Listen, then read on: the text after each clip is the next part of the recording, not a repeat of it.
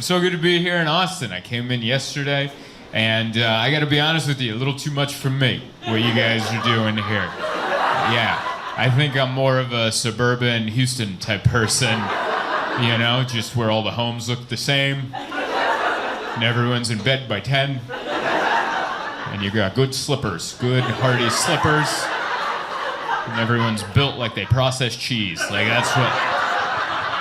It changes once you get to like Austin. It changes. But I was in Houston and Dallas, and there was just there's a build for Texas. There's a build, and I know where it comes from because I've had barbecue since Tuesday, and I feel it. The build is Alex Jones. It's like if you've ever seen Alex, he looks like he's digesting at all times. There's just a bit of that's a lot of meat, just kind of red-faced and sweaty, and you're like.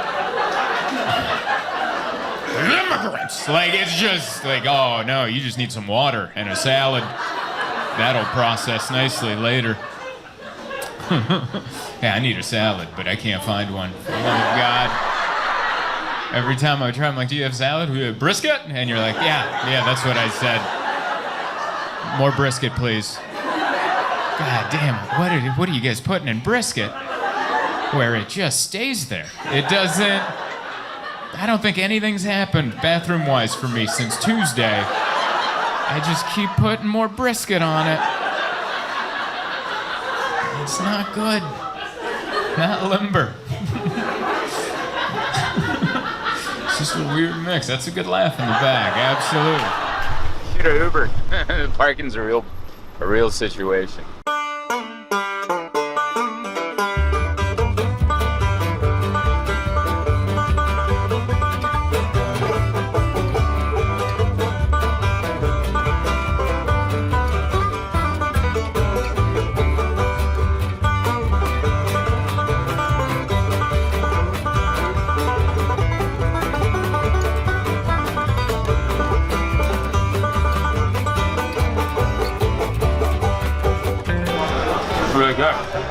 Really good.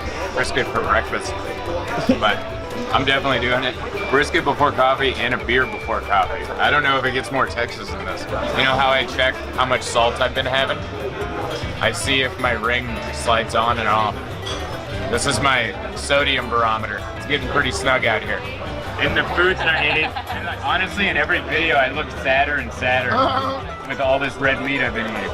I mean, it is a lot. Dude, I've been eating this since Tuesday. I mean, you can see it on my face. They all look happy. Everyone looks so happy. Full of protein and ready to... Vitals, man. Yeah, I gotta go get a salad. And this your first barbecue? No, my first time at Terry Flag. Oh, so you had other barbecue. Oh, and we had brisket yesterday, too.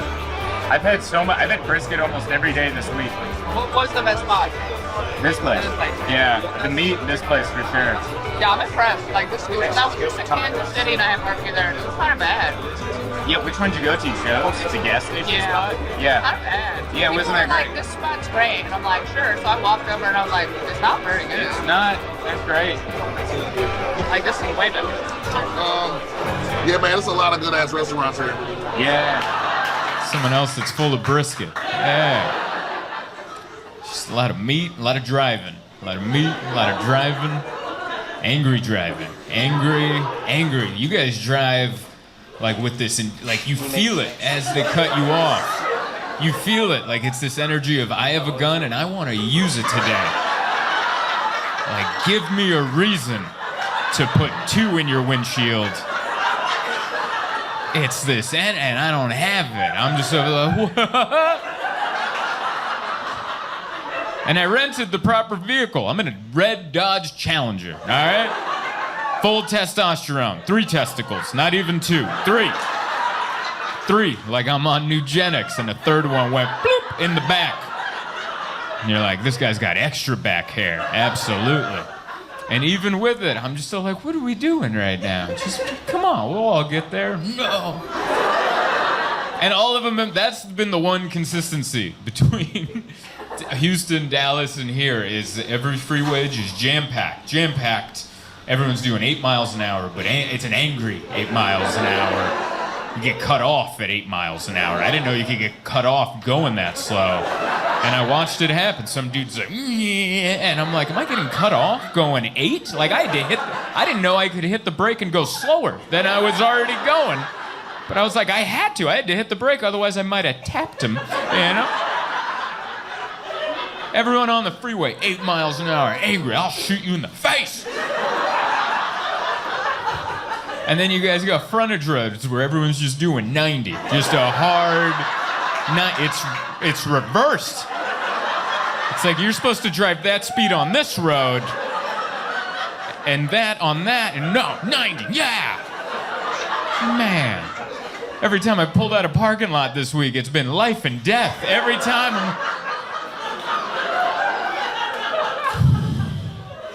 You're like, don't even talk to me. I gotta focus. You can't even take a sip of that Starbucks. You're like, no, this is, And when you're pulling into a place, everyone's doing, you can't slow down and then pull in. Everyone's doing 90 behind you. You gotta just Dukes of Hazzard it into that Starbucks parking lot going, I hope no one's walking in that parking lot because I will kill them doing 90. Should I slide across the hood? My third testicle just dropped. How you feeling, Bob? Like $1,000,000. You know what would be a slick pickup line? No. If you were like, we just want to see the boots. Hey, you want to see me knock them? Yeah. And then you throw a kick. Okay.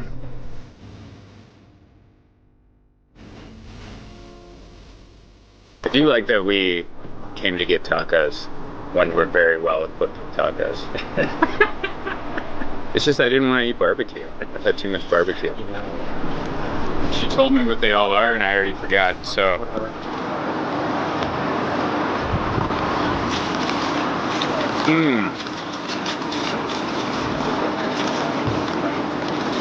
I'm into that. So are the flies. I think this is more California than the classic Tex-Mex. There's no shredded cheese. There's no queso. This feels more California than anything else. It's a good energy. I like what you guys are doing here. Definitely different here in Austin. Austin feels like California without the taxes. A little bit, right? Yeah, you know, I like it. Everyone moved out here. They're like, we want to buy a house. And that's why the homeless people are here. Because they're like, us too? And we're like, oh. Not so much on you guys. But bring that tent, dude. Bring that tent. I know, that one's harder to laugh at. I agree. Because we got morals. I know, we feel bad, but not wrong what I said. So good to be here. What's up, Austin? Late show. We're doing it Friday night. Whoop-de-whoop. I love it. This town is too much for me. I'll be straight up with you. There's too much going on. But yeah, everyone looks like they need a little rehab. Too much. Too much. Last night was my first night hanging out in this town. I was at the Sunset something down the street, and there's people smoking inside. There's people doing cocaine in the bathroom. There's neon lights everywhere. It was like they're just begging that this was 1985. Like, they're like, we want it to be the 80s. We will make it the 80s.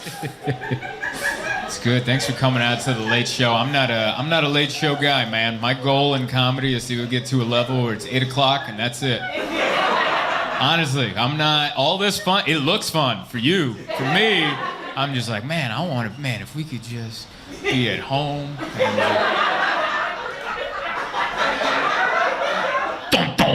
like that's what I want, man. Like every time I'm out, I'm like, man, what if we were home right now? Can you imagine? There's so much stuff at home. Remember that couch we picked out? Why? Because it's the good couch. And we're not sitting in it. What are we doing right now? That's who I am. I'm not a fun person. I'm a couch, 5 milligram, edible. Yeah, not a lot, but just enough, you know? Just enough. I'm so glad that's legal, because that'd be embarrassing to buy from a drug dealer. I got into the edibles during the pandemic, and I'm like, thank God these are legal, because it'd be so embarrassing to go into a studio apartment of some drug dealer. He's like, what will it be? I'm like, the gummy bears. I'd have to order something else just so he wouldn't judge me. And I'd be like, oh, and some black tar heroin. The gummy bears are for the kids, the smacks for daddy, all right? We're here to party. We're here to have a good time. I like it, man. I looked into it. Weed's been legal in some form or fashion for the last, 10 years, depending on states, right? And I don't know if you guys have noticed, but in the last decade, anxiety and conspiracy theories through the roof. And I'm not saying it's connected, but I think it might be connected, all right? Because I get it. Sometimes I'll get on the wrong side of a 5 milligram, and I'll make eye contact with one of my cats. I'll be like, what do you know? Tell me right now, what the hell do you know? There's something about it. I get into edible, I skip the things I pay for. No Netflix, no Hulu. I go to YouTube. I go to the free one. 10 years ago, I never would have thought the Earth was flat. Now, who really knows? Right? I've had the window seat on a flight. I didn't see it curve either. Right?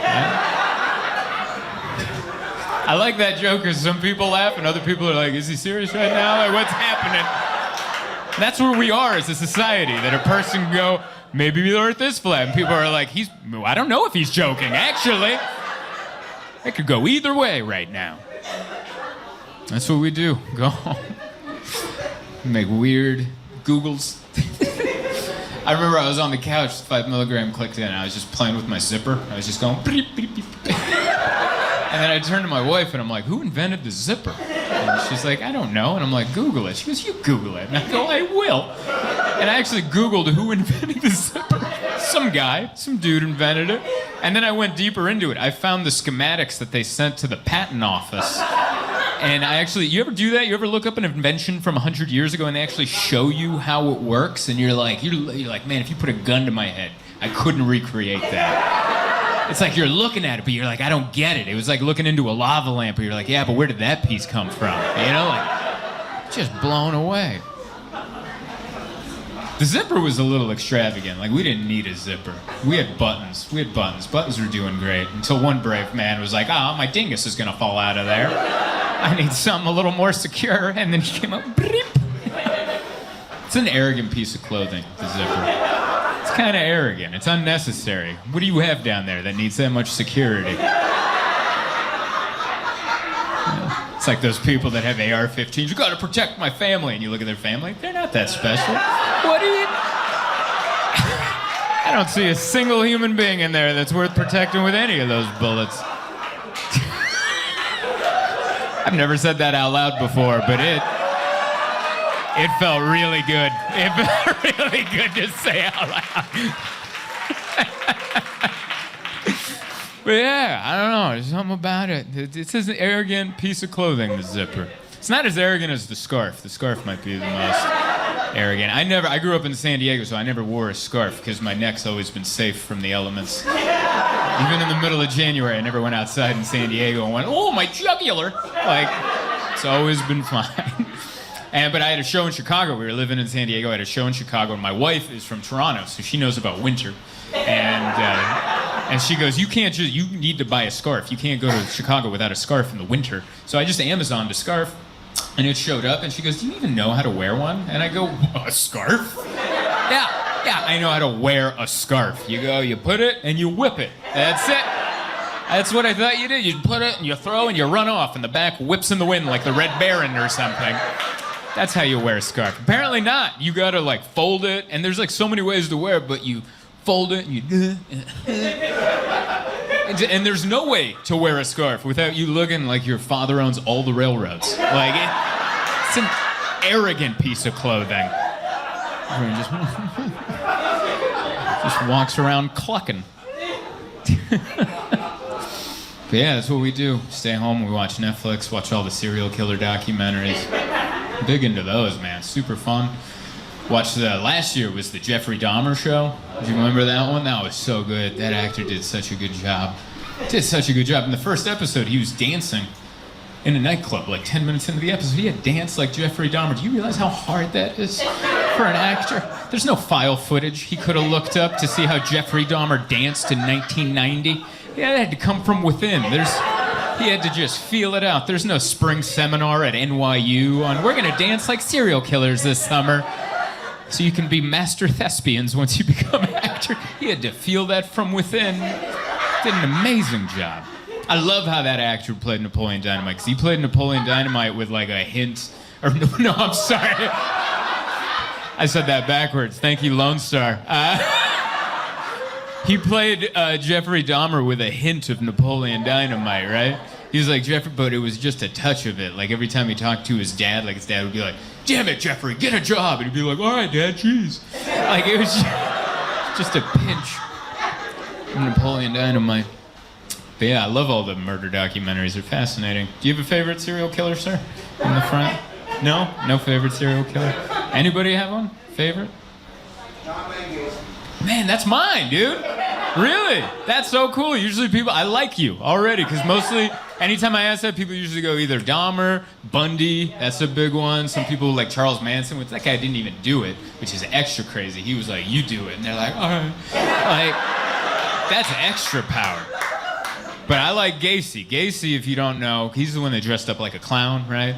He killed like 30-something people. He killed 30 young men in the 80s, and he hid their body while also running a successful construction company. That's how successful this man was. Like, how did he have the time? Like, I was almost late to this show. And this guy was burying bodies going, "I gotta get to the Johnson job site," and then he would haul us over there. It's just fascinating. Like, it's so crazy. He was able to lure young men over to his house because he had a pool table and some marijuana.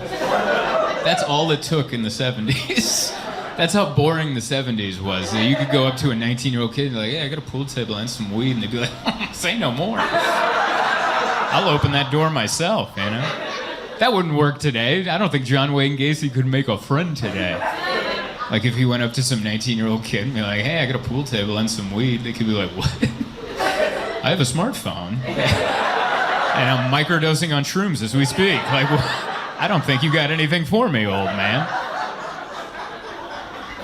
But I love the serial killer documentary. It's just fascinating, because, like, who would do that? That guy did that, you know?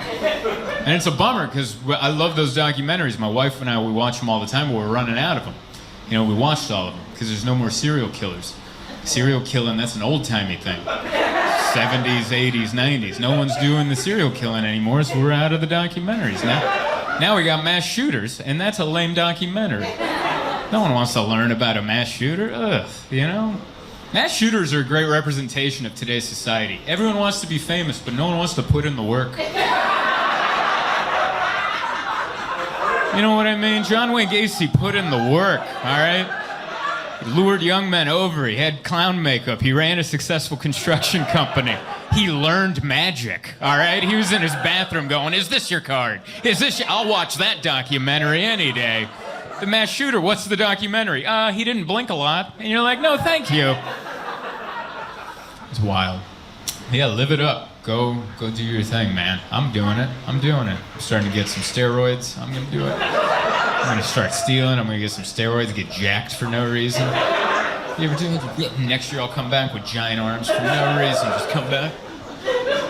Not too big, but big enough that if I took my shirt off, you wouldn't notice the mole with the hair in it first, you know? That's the level of jacked I want, where I take my shirt off and you're like, "Ooh, oh yeah, there's the mole with the hair." Because you don't want too big. Like, if you have giant cartoonish arms, you better be doing big arm things all the time, otherwise you're gonna look ridiculous. Like, you better be moving a boulder off the interstate or something. You ever see a dude with big arms do everyday activities? It looks like a joke. I was on a flight, this dude was jacked, he was just texting on his phone, he was just sitting there. He looked like a gorilla trying to pick a lock. He looked so dumb. But none of us could say it because he looks like he could throw us across the street. So we all just went, look like an idiot. But I'm thinking about it. Just get jacked, get on that Nugenics. You know? Yeah. You watch ESPN, you know what I'm talking about. For the rest of you that don't know, they just sell straight up steroids on ESPN. They call it Nugenics. The spokesperson is Frank Thomas, the big hurt, retired baseball player. And the other guy in the commercial is just some guy who looks like me. And this is how the commercial goes. I see him and I go, "Oh my God, you're Frank Thomas." And he's like, "Oh." And I'm like, "You look so good, Frank Thomas." And he's like, "It's all because of Nugenics." And he shakes the steroids and I'm like, "What's that?" And he's like, "Well, once you hit 35, your testosterone levels drop, and if you take some of these, you'll feel like a 16-year-old. Is that what you want?" And I'm like, "No, not really." He's like, are you sure? Because your wife would appreciate it. And then he gives a dirty baseball player a wink. And then that character's wife shows up because he's like, no, my wife's happy. And that character's wife goes, no, I'm not. He's like, what? Next thing you know, he's chugging the pills, swinging a kettlebell. I don't want to lose my family. I'm paraphrasing, but that's pretty much the commercial. And I'm not listen, I've traveled all across the country, and I've just noticed there's a bunch of jacked middle-aged dudes, and 10 years ago there weren't, all right? 10 years ago they would just tuck their shirts in, and that was it. And now they're all just, they got slick back hair, sleeve tattooed. And I'm not saying there's anything wrong with that. There's nothing wrong with getting jacked in your middle ages. Nothing wrong with that at all. What scares me about that is the trajectory of that, because that means eventually we're gonna have ripped senior citizens. And that's terrifying. That's not how we grow as a species, just to have shredded elderly people. Can you imagine that? Just some 95-year-old with a six-pack, just bam, you like that? You like that? And you're like, not at all. Does that look good? It looks wrong, is what it looks like. Like the muscles are there, but the skin's all wrong. You know what I mean? Just looks like you threw a weathered tarp over a brick wall. Like, it's there, but it's wrong. Thinking about it, get some steroids. I don't know. I fly all the time. That's what I do. I'm a Delta man. Yeah, I got some Delta people here. Yeah, platinum medallion member over here. Hell yeah, what you at? Or do you have, what's your status? Silver? All right, yeah, you shouldn't even talk to me. All right. I'm kidding. No, I'm kidding. I'm kidding. You'll work your way up. Just keep at it. One day, you'll be next to me and the other platinums. And maybe one day you and I will both be diamonds and we'll really be crushing it. But the best part is you get free upgrades, because I can't afford a first class ticket, but I can afford to sit in the back like 100 times. So if you fly enough, they bump you up to first class, which is great. But sometimes they bump you up to Delta Comfort, which is still cool. But the last time I flew, they put me in first row of Delta Comfort, which sucked because my entire viewpoint was just first class. It was weird. So I got to see them get everything I don't get. They just had a giant bucket of snacks and everyone got it, and then it came to me and they're like, whoop, all right.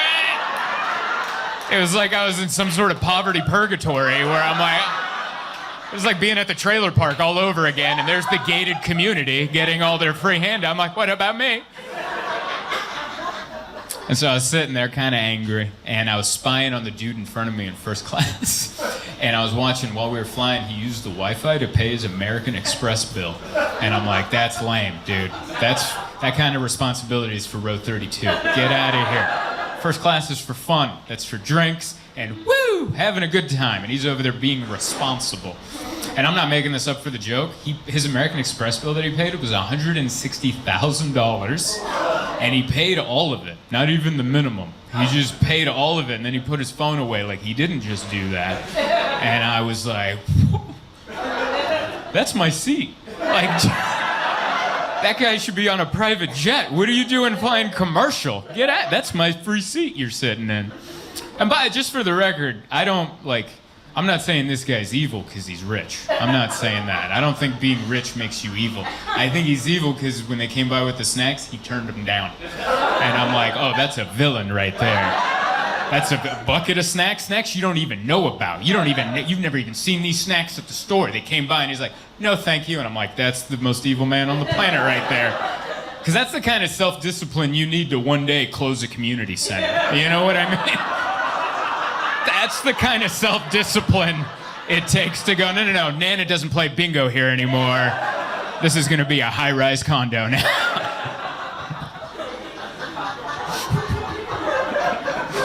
Hey, thank you so much for watching my video. I hope you enjoyed it. I hope you liked it, shared it, subscribed to it, hit the notification bell, do all the things YouTube makes you want to do. Other than that, I wanted to let you know that I'm constantly on tour, so go to my website, zoltancomedy.com, and see if I'm coming to a town near you. Thank you kindly. Yeah! All right, it's happening. What's up, everybody? All right, it's over. All right. That was the right amount of energy for this venue. You know, you don't want it to be too loud. You're going to alert the authorities. I love this. This is my first time at Soul Joel's, and this feels temporary. I I don't know. I have another show tomorrow night, but if I showed up and this room is empty, I wouldn't be shocked. I mean, how quickly could you leave? You're just just a utility knife, and we're out of here. I love this. It'd be so funny if we found out like they've just been squatting in this space. You showed up and there's just like a handwritten sign, comedy that way. Do they know what's going on? It's just like elderly people over there listening to big band music, and they're like, what's happening to the left? Don't worry about that, Grandpa. It's good, man. It's my first time in Pottstown, and yeah, I didn't know what to expect. No, it's not Pottsville. But that's true. Yeah, you were the one that let me know. Thank you so much for that. So after I got this booking, I made the event on Facebook, and I just put in Pottsville, because in my head I was like, "What? Yeah, Pottsville." And it's not, it's Pottstown, and she let me know Pottsville is also a real place. And it's not near here, obviously, because a war would have broken out. You guys had to move that near Pittsburgh or something. Can't have Pottstown next to Pottsville. That'll be a war, you know. Thankfully, you let me know, and I'm like, thank God, there we go. You know? I could totally see this setup also in Pottsville, though. I don't. Taking a guess, you know. I'm just throwing darts, and I feel like it, you know. But yeah, I landed in Philly this morning and drove up, and it was crazy. Like as soon as Pottstown came into view, it was just those big. It looked like I was coming into Springfield or something. Just those two, like, is that a nuclear power plant out there? Man. It really let me know the type of people I was about to encounter. Because I've met a couple Homer Simpsons since I've been here. Just a couple people where I'm like, you don't know what today is, do you? Just saying, I'm not knocking on Pottstown. It's very nice, but I've met 3 people, all right? So this is not an indictment on your town. I'm probably wrong, okay? I haven't slept. I was on a red-eye flight, so it might be me. I hope it's me, all right? But I went to Walmart, and I went to, yeah. It started at Walmart, and I went to self-checkout, and the lady running the self-checkout said, "Good morning, too long." I don't even know if that makes sense to you, but I just walked in, and it was too loud and too long, and she didn't break eye contact. It was just, "Good morning!" And I haven't slept all night. I got off a flight and then drove an hour to Springfield, and now I'm at this Walmart, and I'm like, "Hi, yeah, good morning." And then she just, as I walked over to self-checkout, and I'm like, duly noted, you know? And then I went over to the hotel to check in. There's a little girl working the counter. "Hello!" And you're like, again? Damn it, you know? It's just hard. It makes me wonder if it's me. I think it's probably me, you know? But it might be them.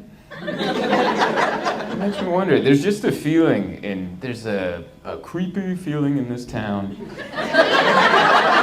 I can't put my finger on it, and I'm sure it's just me, but there's just a Quaker Oats man feeling about this town. Like every person I've met just has a look on their face like, oh no, an outsider. Smile till he leaves. And I'm probably wrong. I think it's just all there's been too many wars on this land, and you can feel it. You can feel it in your heart. The revolutionary, probably the civil, you know, January 6th, I feel like something happened here. Feels like there's been a lot of wars on these fields out here, and I can just feel the tension in my heart a little bit. I don't know what's going on, but I think I'm safe. I think I'm safe. We're inside, man. This beautiful Sunnybrook community. It's very cool. I like it. I'm very happy to be here. I actually just moved to New York City. Yeah, brand new to New York City. I didn't expect you to clap at that. Nobody has. Nobody has. Nobody has. I've told so many people, and they've just stared at me like I said Pottsville when I met Pottstown. And yeah, I'm excited to be there. Yeah, I'm totally. Thank you so much. I was super pumped. I told everybody because I grew up in San Diego, and I'm like, we're moving to New York City, and everyone was just like, why? Why would you do that? And I'm like, I've always wanted to live in the big city. And I grew up in the trailer park in the suburbs of San Diego. I'm used to smaller town feel, and I want to be in the big city on the thing, I want to fit in with the locals in the big city. And so that's what I've been trying to do. We've lived there for all of a week, and I had to fly back to do a show. That's why I had a red-eye flight last night, just so you know that what's going on in my life. But yeah, I'm trying to adjust to the city because I don't fit the vibe there. Like, for instance, I smile too much. Like, too much. And that's you shouldn't be too joyful in New York City. Like, I live in Park Slope, Brooklyn, and all my neighbors just kind of have a look on them, like an author that can't finish their novel. Does that make any sense? Like, it's like a perplexed anger on their face, where they're just walking around, how do I kill the protagonist? Like, I can see that's what's going on in their heads. And, and I smile too much, so I gotta work on the smile. You can't smile, you just can't be like that all the time. And I make eye contact, can't make eye contact, It's good for comedy, it's good to be on stage to make eye contact with your audience, let them know you're engaged and present, but it's not good on the subway. Just sitting there, that'll get you killed, So I'm trying to temper that. I'm trying to keep that in my heart, even though it's in there. I'm like, we're really doing it. I get so excited on the subway because I've always had a car, and now I don't have a car, and I'm just on the big train, and I'm like, I feel like Babe, Pig in the City, Just a lot of excitement going through my heart. That's a creaky stage right there. Did you hear that? I just went, wow, okay, we'll stay on this side. This stage is actually more solid than what it looked like from down there. Like, when I was in the back of the room, I'm like, that looks like a temporary stage. And then I came up here, I'm like, no, these are barn doors or something. I like that, yeah. But yeah, I've been in New York for a week, and it's been fun. We went and saw the movies. We went to the cinema, which is cool, like some hipster cinema where they serve you cocktails. And then you're like, oh, this is fun. And then you find out they're $20. And you're like, oh no, this costs more than the movie. And so that part's kind of a bummer. But we went and watched the movie Air. Have you guys watched that one yet? The Nike movie. It's about Nike signing Michael Jordan in 1984. You watched it? Oh, you haven't watched it. You just know the story. I appreciate that. All right. I was trying to connect with someone like it. Did you watch it? You enjoyed it? I've not watched it yet. Nobody's watched this movie. Right, these jokes should land. These jokes should land pretty good right now. I went and watched it, and it's a period piece. Like, as soon as the movie starts, it says 1984. So we're in 1984. But I don't know if you guys have noticed, every time there's a movie from like the 80s or 90s or even the 70s, they just feel like the constant need to let you know what year it is. Like, after every scene, they would just do a close-up of something from the 80s. Like, hey, remember Pop-Tarts? Oh, breakfast cereal. Oh, stupid pants. Remember that? And it was just like, after like 15 minutes, I turned to Emma, and I'm like, I get it. It's 1984. Like, let it go, Like, they don't do that with other movies, like in the 1800s, just some guy churning butter. Like, yeah, remember churning butter? Huh? Some guy sharpening a razor blade on a belt. Yeah, God, the good old days, sharpening a razor blade on a belt. But yeah, the whole movie was it was hard to root for Nike, because Nike wasn't struggling. They were doing great. They were a multi-million-dollar business, maybe billion, who knows. It was just their basketball department was struggling. And one guy's like, I'm gonna lose my job, I gotta sign Michael Jordan. And it's weird, like, rooting for him, because it's going to work out. Like, I already know how this goes. I'm like, you're wasting a lot of time stressing, man. You're going to get him. You need to relax. You need to find a good work-life balance, man. You're gonna get him. It's gonna be good.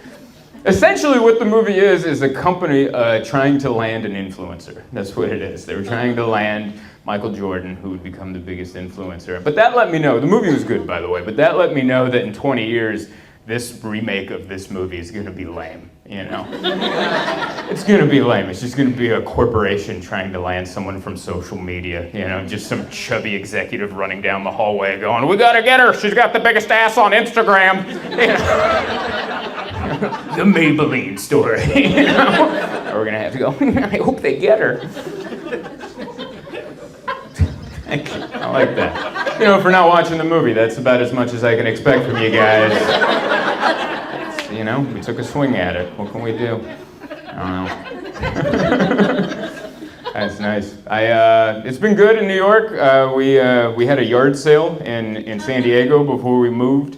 And not my idea. I don't think a yard sale has ever been a man's idea in the history of yard sales. I don't think a man ever was like, "Hey, we got a Saturday. You want to spend it in the front yard with all of our things, meeting people we would never talk to in our regular lives at all? Would you like to do that? Would you like to haggle with a stranger over a Bluetooth speaker?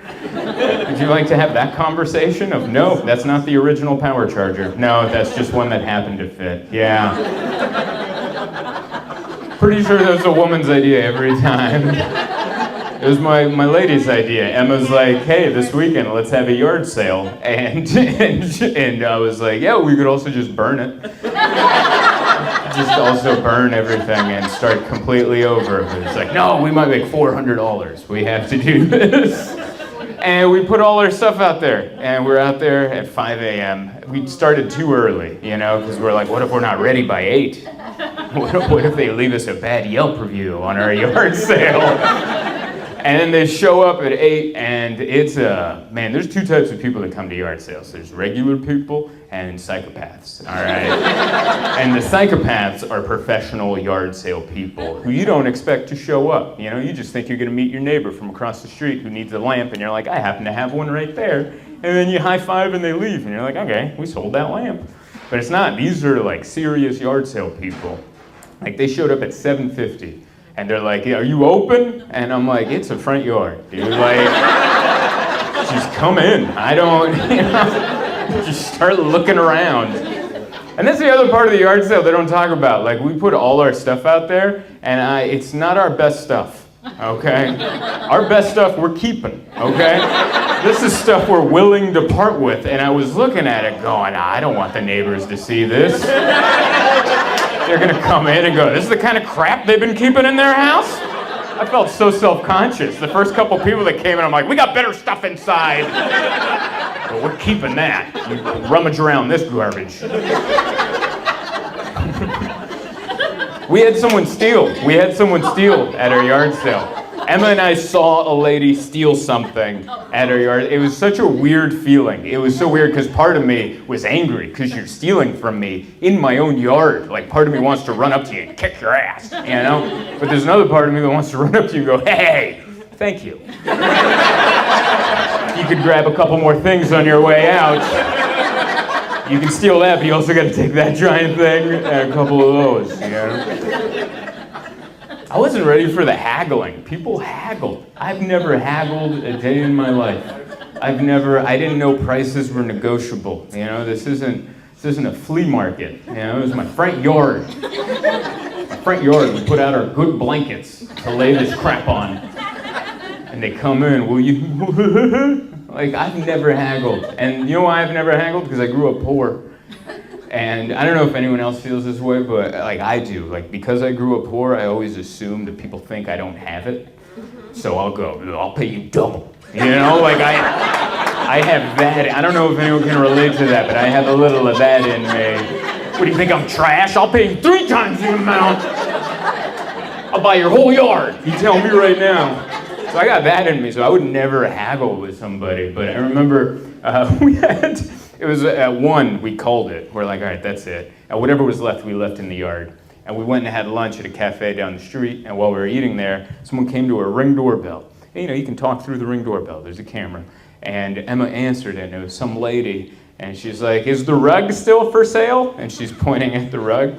And Emma's like, yeah. And she's like, is it still $10? I brought cash. And Emma's like, yeah. And she goes, will you take 8?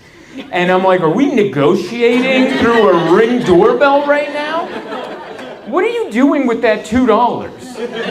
That's what I want to know. Like, what? Like, how do you just give me 8 and slip it under my doormat? You just go home going, like, you already know that's a conversation she's having with her husband when she gets home. They asked for 10, but I said, I'll do 8. That's my bottom dollar. And then they said, well, okay, so I really stole this for us. You could have had it for free if you didn't just hit the doorbell. You know what I mean? Like, you could have just had it. What are you getting at? I'm worried about where that $2 is going. Going to like the Republic of China or something. Like they're funding something nefarious with those $2. That's what it was, man. But it was fun. I'm glad we finally got the move going. We live in I have a super at my building. I've never had a super before, and that's a superintendent. That's what that is. And he's a man I cannot understand. I don't even know what his native language is, but he is so unintelligible that even if I spoke his native language, I don't think it would help. It's that bad. Like, he speaks English, but it's so I don't understand it. But what he makes up for not being able to be understood, he makes up for in volume and not letting you talk. So I remember the first time I had to call him before because we're flying in, and I'm like, we need to coordinate the key drop off because I'm coming in with 8 pieces of luggage, 2 cats, and a wife. You know, I'm bringing in a lot of stuff, and I'm like, hi, Ken. His name's Kenny, and I don't think that's his name. Like,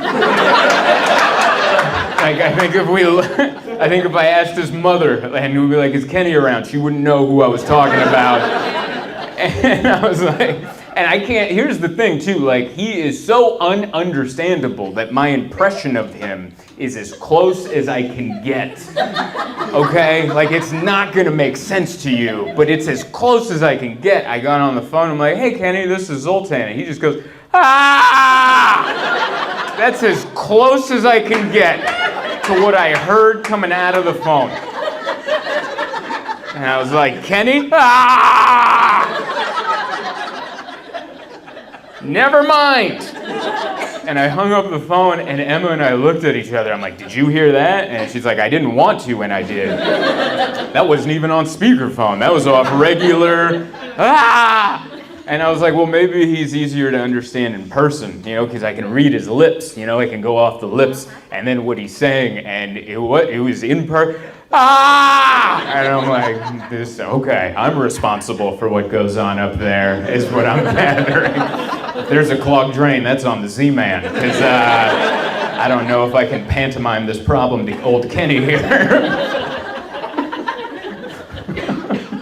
It's wild, dude. But it's good. I'm happy.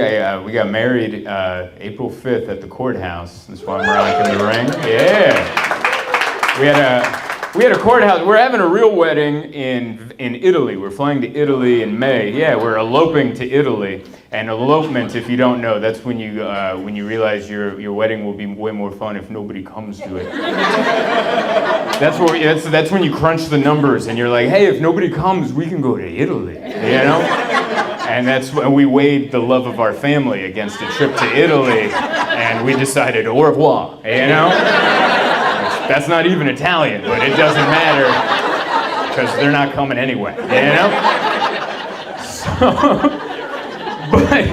But before we went to Italy, we had to, we got married for realsies, like with the documentations at a courthouse in San Diego, because I didn't want an Italian marriage license that I can't read. So I wanted one in English, so we had it over there. My mom came, and she just sobbed at the courthouse, which moms just cry. That's what they do.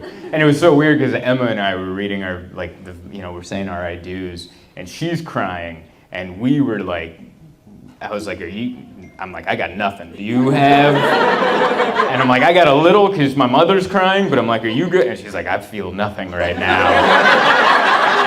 And I'm like, I know, right? It's hard to feel the emotion at the courthouse because the marriage license area is next to the death certificate desk.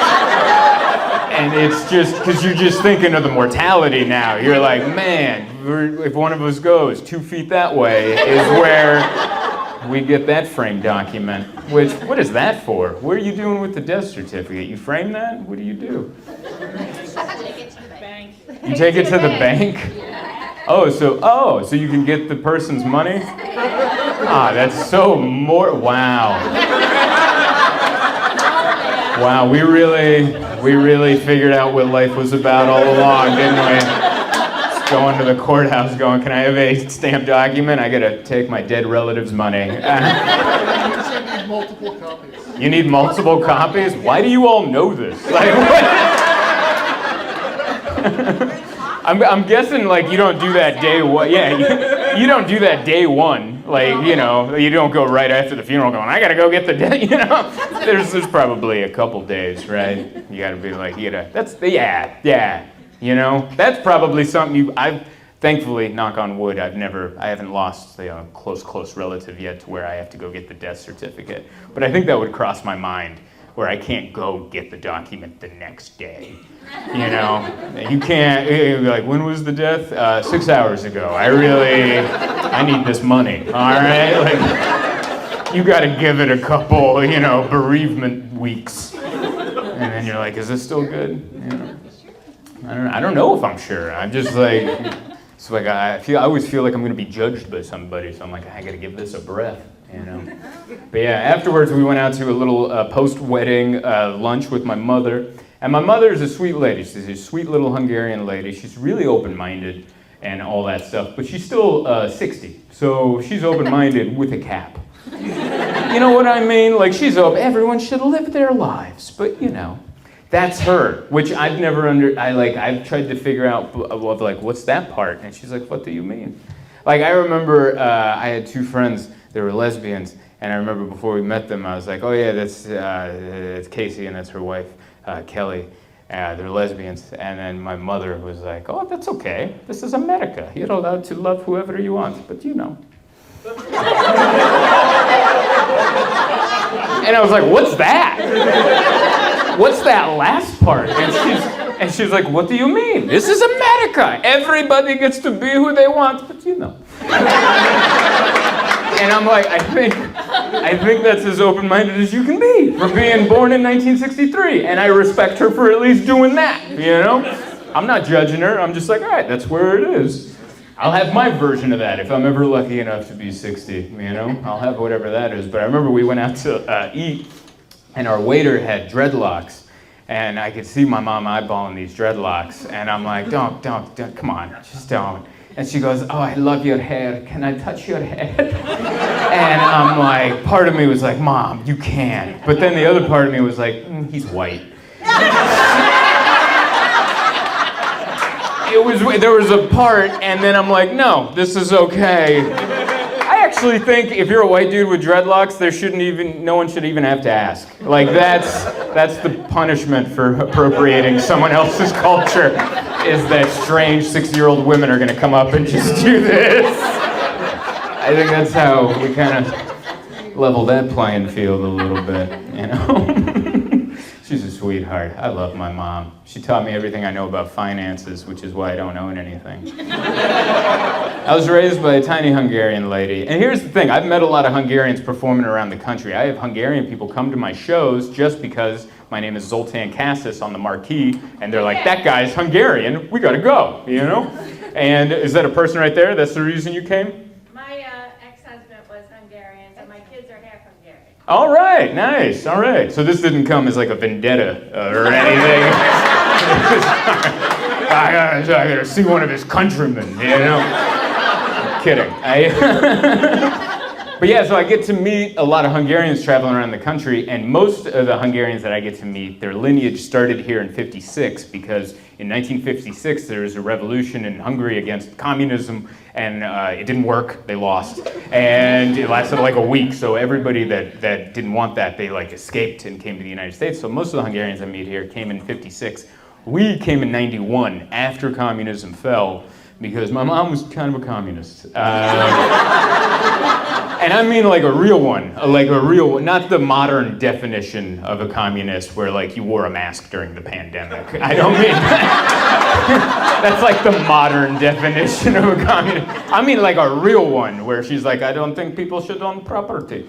You know, like a real, she's one of those, and see, it just got quieter. I don't agree with her, just for the record. But that's who she is, and that's who I learned my finances from. Because I've started making a little bit of money in comedy, and I'm like, Mom, I've heard I'm supposed to invest this money and do stuff. She goes, what, are you an idiot? You don't invest, why? So the bank can take it? And I was like, what do you mean? And she goes, no, that's not what you do with your money. And I was like, what do I do with my money? She goes, you put it in the bank. And I go, then what do I do? Then you look at it. And then what do I do? Then you go to sleep. So that's what I do. Before I go to bed, I look at my bank account and I go,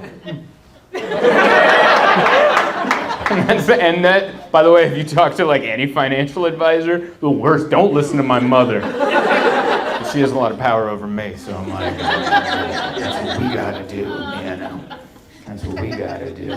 It's hard. It's hard. We're doing our best out there. We're all living. Excited to be married. I've realized that when we were in New York, what marriage, my favorite part of marriage is showing interest in each other's interests. You know what I mean? Like, we were walking around Prospect Park, and the cherry blossom trees were blooming.